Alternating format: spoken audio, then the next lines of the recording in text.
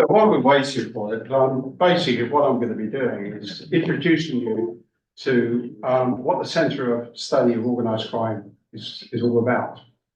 It's a new school within the brand of the Centre of Business and Economic Research, because we've now seen that there's a global requirement to maintain certainly financial systems, credibility, and especially with businesses who are constantly under threat. More so now, AI is part of the threat. So it can actually, AI can work for us or it can work against us. But the message really is to be prepared. If you're not prepared, then prepare to lose. It's as simple as that. One more minute, you can continue. So a few months ago, Dr. Datta and I sat down with a cup of coffee, and I said, how can we work in collaboration with this centre? So what I decided to do is test the market. Whilst I've been involved with fraud management, I'm an ex-financial detective of the fraud squad, spent 16 years there, and just purely by accident, someone saw me using a calculator in the old days and said, you're the ideal candidate to go to the fraud squad. Went for 6 months, but it lasted 16 years. I took that experience and then brought it out to the market. It's not entrepreneurship, but what it is taking advantage of a situation. An advantage that because you had the skills, let's put it out there. And it just took off. It's as simple as that, because the chemistry was that at that time, academia could teach the subjects, but they couldn't actually have someone stood in front of them who lived it, breathed it, exercised it, and was a pure practitioner. And that was the advantage I had in the market. So clearly, for the past few years, it's been very, very successful. However, I think what we want to do is take it to another level. The Centre of Study of Organised Crime now, I've got 2 colleagues, in a very short space of time, just put our name out there. And believe it or not, in 3 weeks, we have signed 2 very strong partners. We've opened up Saudi Arabia and the Gulf States. We've also have a memorandum of understanding in and around the African states as well. So, and also the Buckingham University, as where I mostly teach, want to take us on board as a permanent member of staff to deliver all the programs. How are we doing? 2 seconds. 2 seconds. So you can see how really there's an opening in the market that just organically grew through just exposure, really.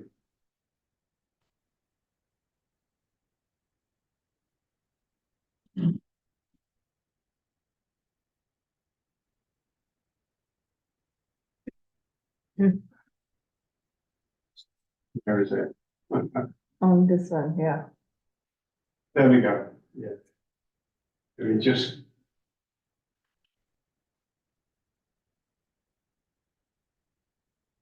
Are they left? No, you did have it. No, it's. Welcome to the Centre for Study of Organised Crime. Its motto, Crescat Scientia Vita Excolata, let knowledge grow, let life be enriched. Its mission, to provide academic, bespoke training and research services to law enforcement, academia, business and policy spheres.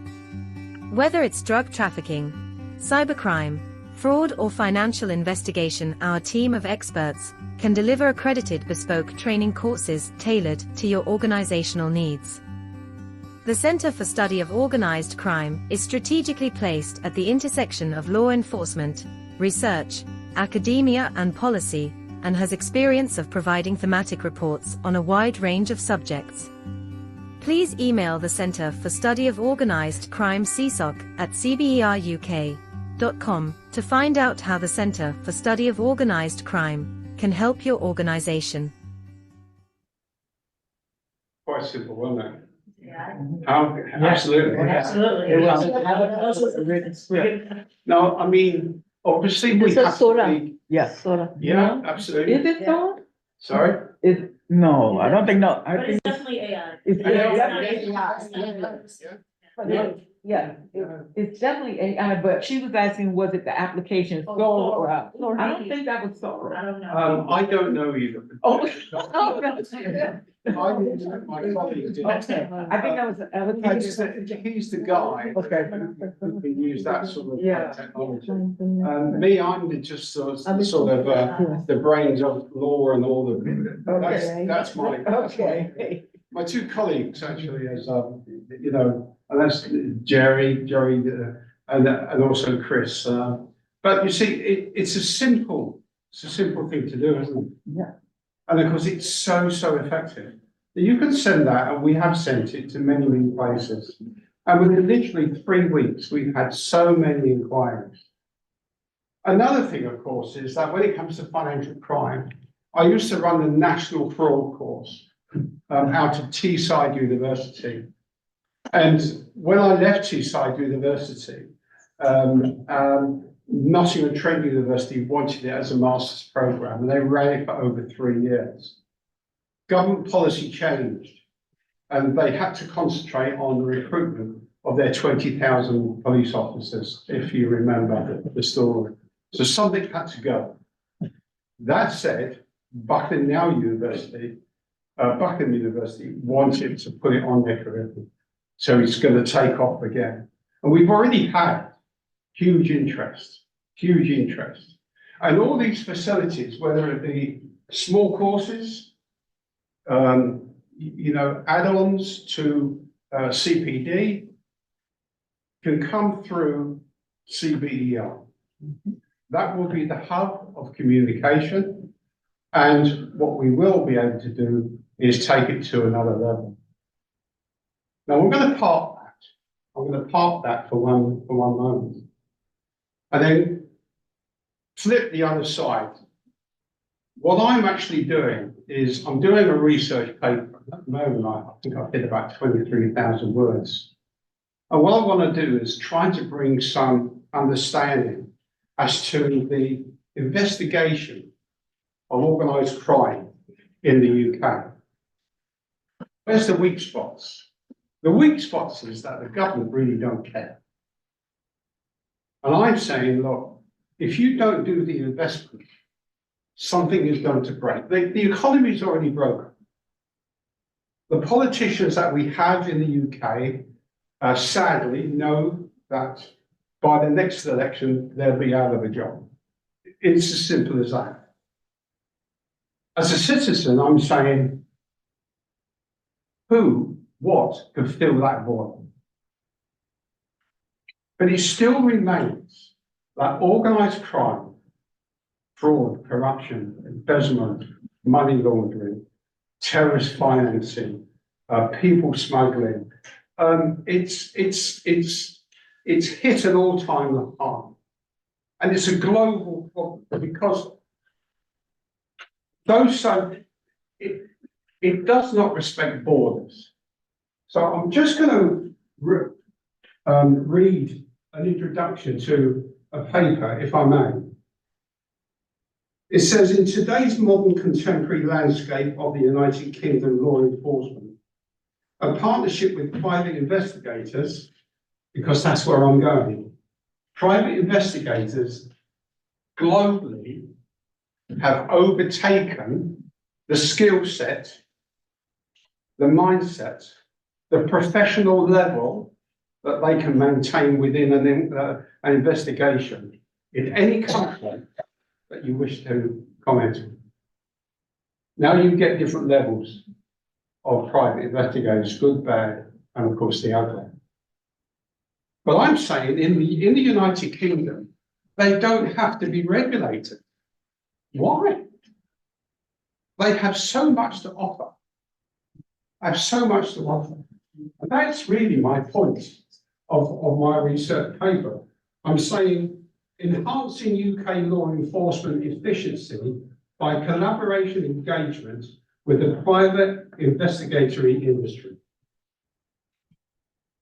Because the private investigators has now emerged as a potential UK government strategic direction to augment the capabilities of traditional policing methods.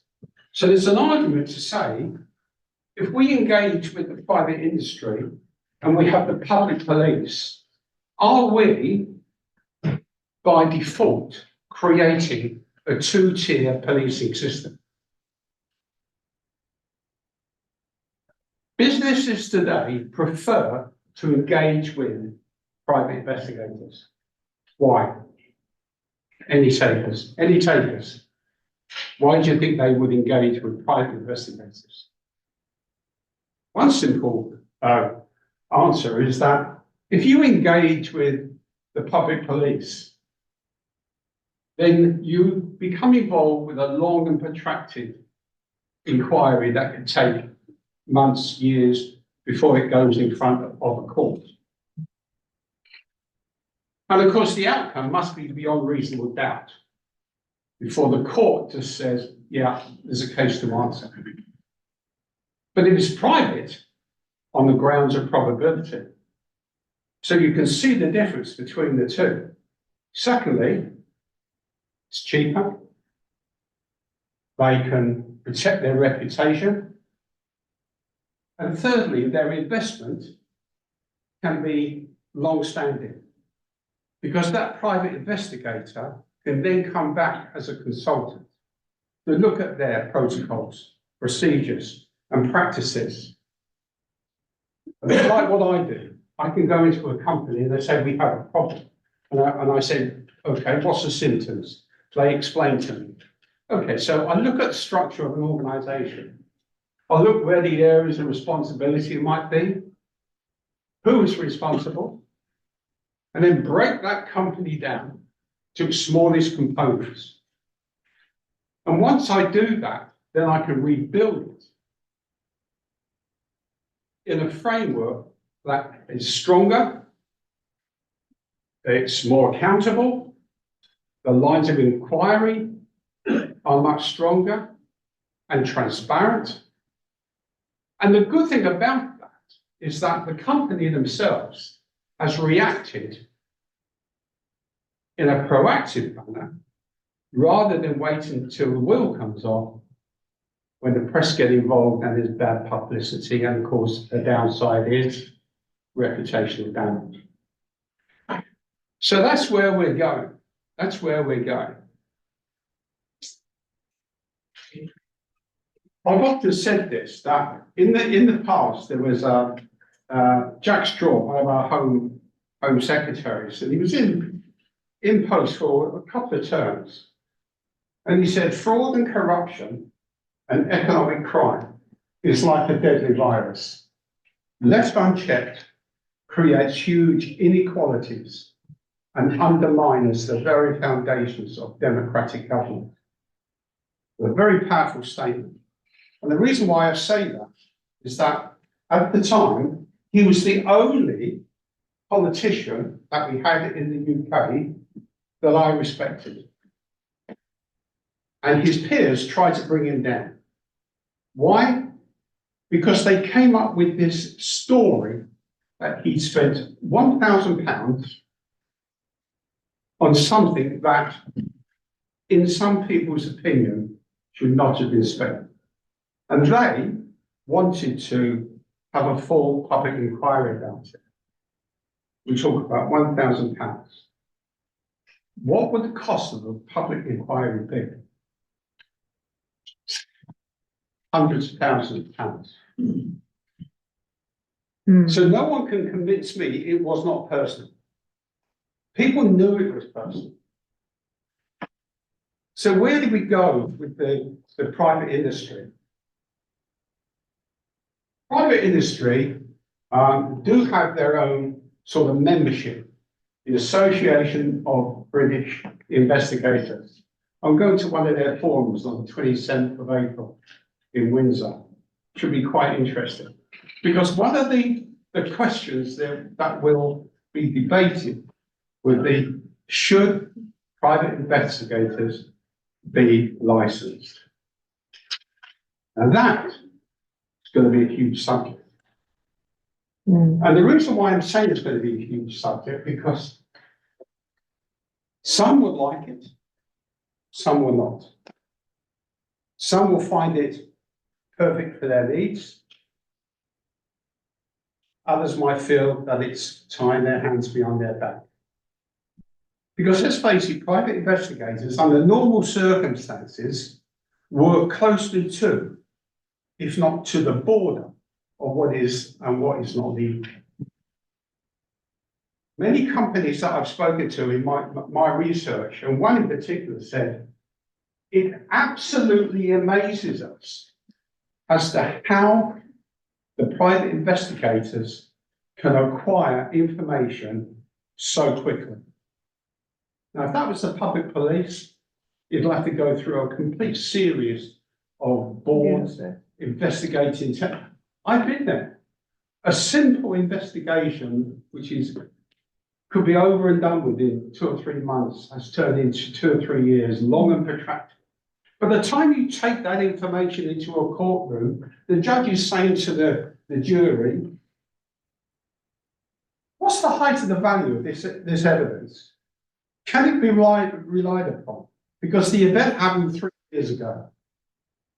Where's the value in bringing it into court now? Because 9 times out of 10, with the reputational damage that organisation has suffered, it's probably gone out of business anyway. So how can you reclaim any loss? See? So this is where my investigation or my research paper is going, to try and put together an argument that says, whilst there may be concerns, there are many, many, many benefits for a collaborative partnership between the public and the private.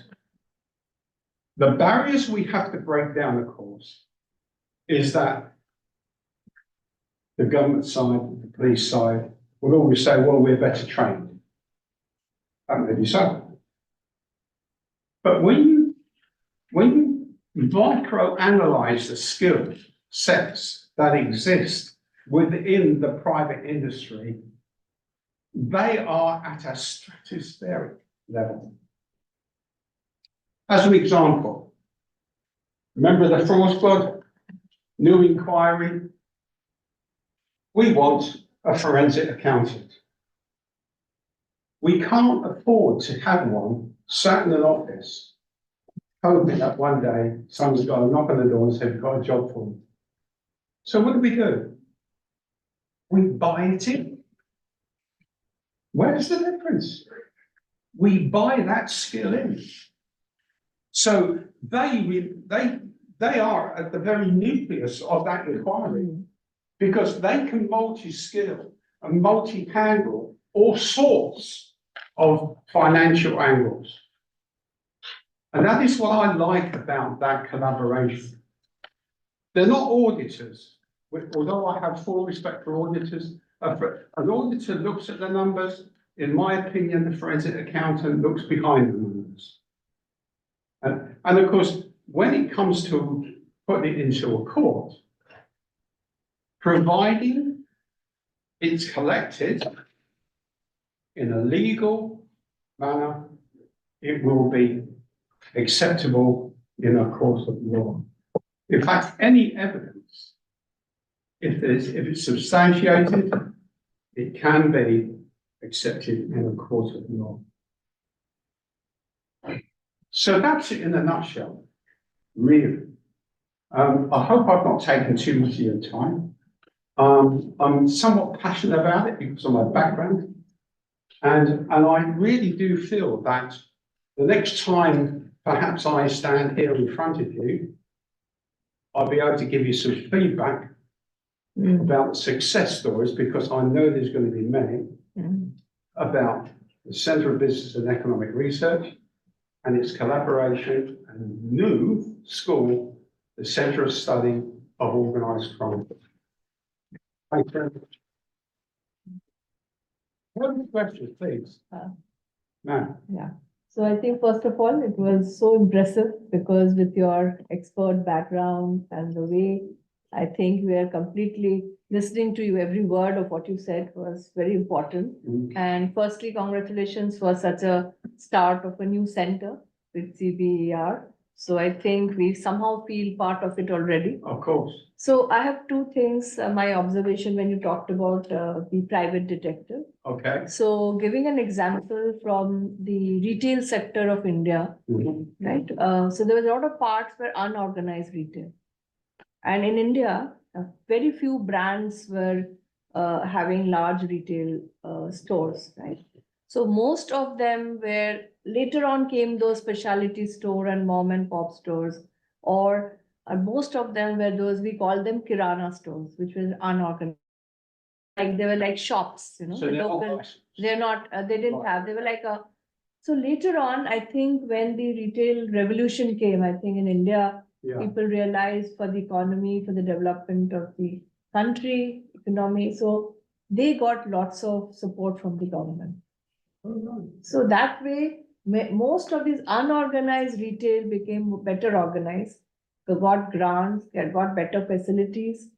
And similarly, the second part of it is, I'm talking about also a bit of it also resembles how private coaching and training institutions faced in India years back. But now large universities have started recognizing their contribution. So the same way, I think what you're talking about, that how do we make it a little more inclusive? Because if we have experts in the market, in the field, who are very good at it, and they don't get caught under the bureaucratic procedures Right. of a larger system. There's a couple of points there I'd like to pick up on. The first point was the difference between legitimate and non-legitimate businesses. A very similar thing happened in the back streets of I think it was Singapore, if I remember right, where there were stores that sold products that were legal, produced, and they could be traced as to where they came from. And almost 2 streets away, there was a number of stalls selling almost the same product, but were not made under official license. What had happened was the investment that you talked about can have 2 effects. It could have the effect of, oh, thank you very much indeed, we'll carry on as normal. Or thank you very much indeed, we'll become legitimate. And that really is one of the areas which one of my colleagues is an expert in. He runs that sort of inquiry when it comes to the clothing industry. So we do have training facility already in our armory. And it's a question of how closely is that monitored? How closely is it monitored? And of course, the second point is that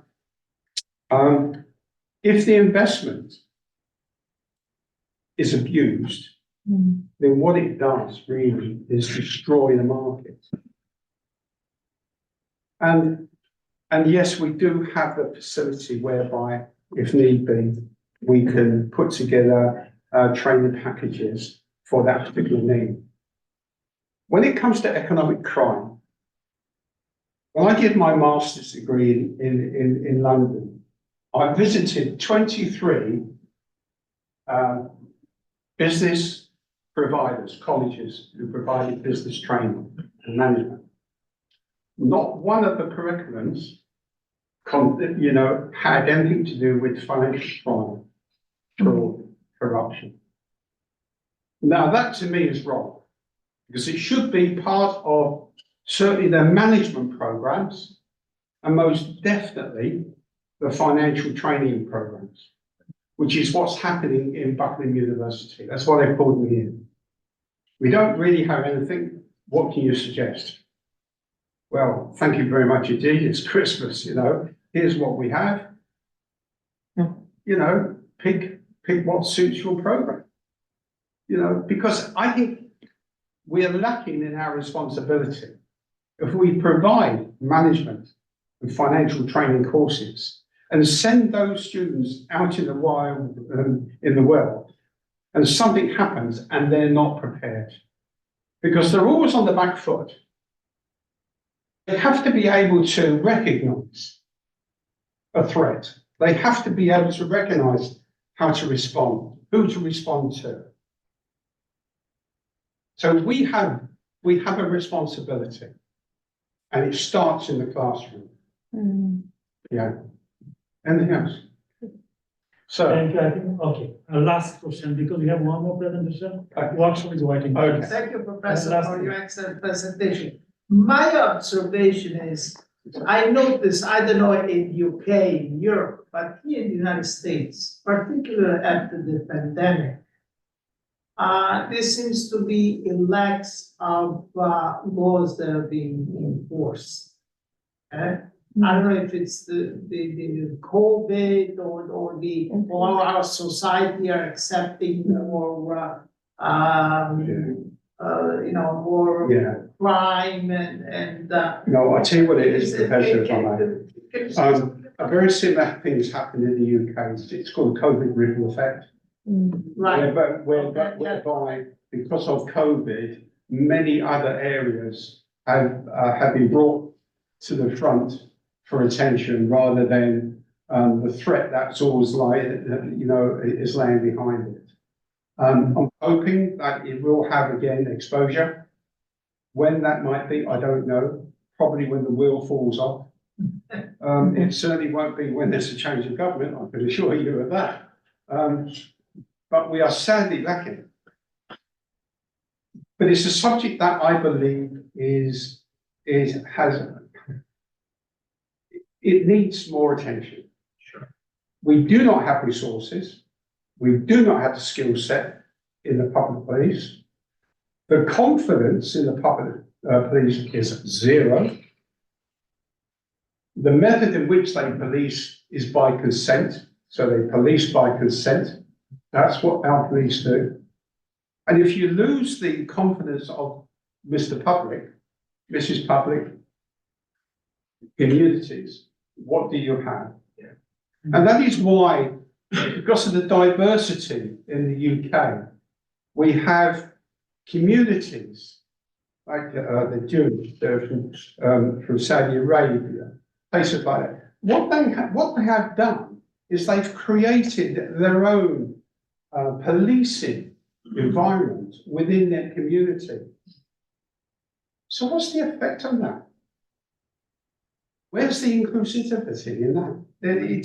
We're breaking up from within. And that's wrong. Since here in the States, the same thing, Yeah. but in New York City, okay, it's you know, the traffic laws, for example, Yeah. everybody passing their red lights, running and stealing from. So it's. Thank you, Professor. I think, Yeah. someone Yeah. have to stop. Okay, thank you. I will just check if you can take the question. I will check Professor Jeff later is here. I think you have to call him. Sorry, we cannot discuss during the. Okay, sure, thank you. Thank you so much. Okay, pleasure. If